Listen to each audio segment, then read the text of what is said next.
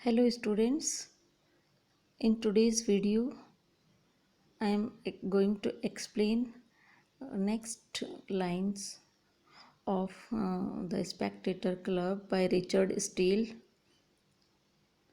The person next consideration is Sir Andrew Freeport, a merchant of great eminence in the city of London, a person of indefatigable industry, strong reason and great experience.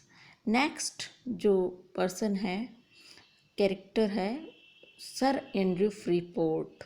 Member है Spectator club का, वो है sir Andrew Freeport.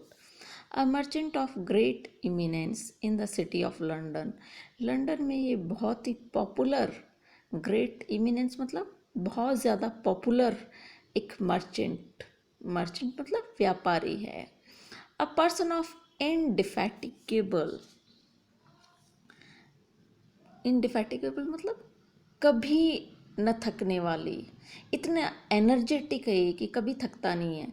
A person of इंडिफैटिगेबल industry, बहुत ज़्यादा मेहनती है।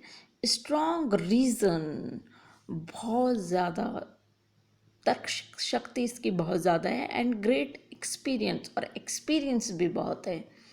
His notions of trade are noble and generous, लेकिन इनके जो विचार हैं ट्रेड के बारे में वो बहुत ही नोबल हैं और जेनरस हैं, उदार हैं।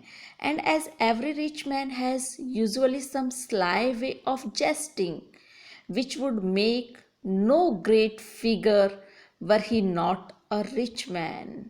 He calls the sea the British common. जैसे कि हर रिच मैन का एक अपना तरीका होता है जेस्टिंग, जोकिंग का, जिससे कि ऐसा नहीं लगता कि वो ग्रेट मैन नहीं है या रिच मैन नहीं है। ये ऐसे ही जो सी है उसको क्या कह करके बुलाता है, द ब्रिटिश कॉमन। क्यों कहता है? क्योंकि इसने बहुत बिजनेस टूर्स किए हैं, जगह जगह घूमा है। He is acquainted with commerce in all its parts. वो जो ये सी है इसके हर पार्ट को जानता है। And will tell you it is a stupid and barbarous way to extend dominion by arms.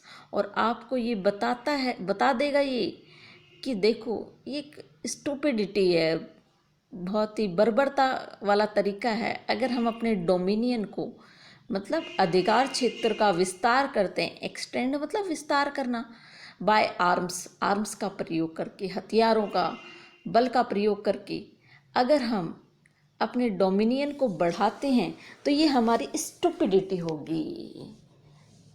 क्यों? हमें क्या करना चाहिए? हमें इन सब चीज़ों की ज़रूरत ही नहीं है। अपने बिजनेस को बढ़ाओ। आर्म्स से लड़ाई दंगा करके, वॉर करके कोई भी अपने डोमिनियन को बढ़ाता है तो वो मुँह रखता है। ये कहना है सर एंड्रयू फ्रीपोर्ट का। For true power is to be got by arts and industry. क्योंकि वो कहता है कि जो ट्रू पावर है वो कैसे पाई जा सकती है? आर्म्स से नहीं, अपने डोमिनियन को एक्सटेंड करके।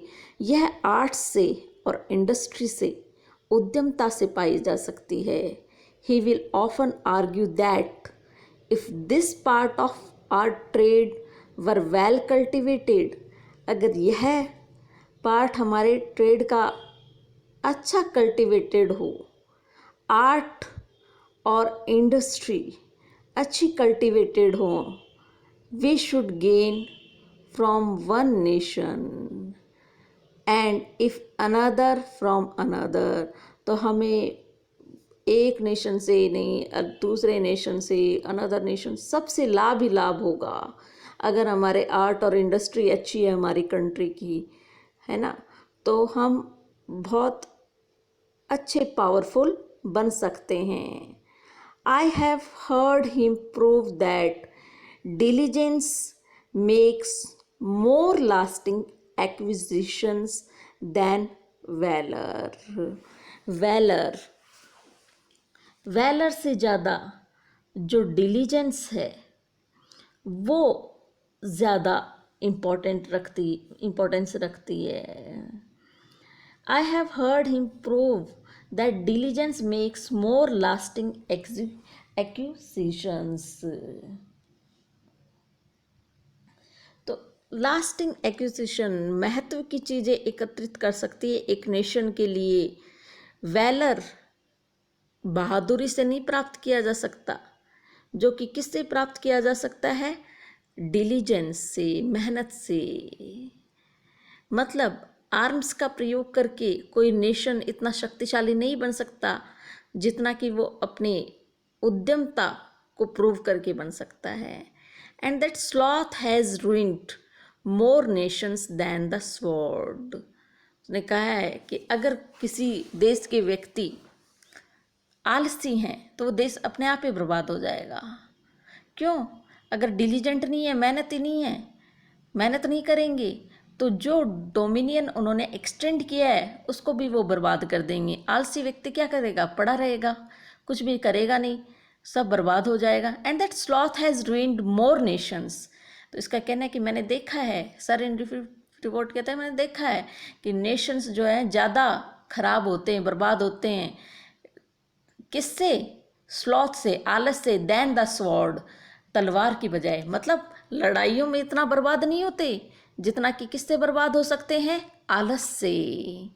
तो उसी प्रकार मेहनत, जो जिस देश के लोग मेहनत करेंगे वो लोग ज़्यादा आगे बढ़ेंगे बजाय कि ऐसे देशों के जो कि स्वॉर्ड के दम पे, तलवार के दम पे जीते जाते हैं।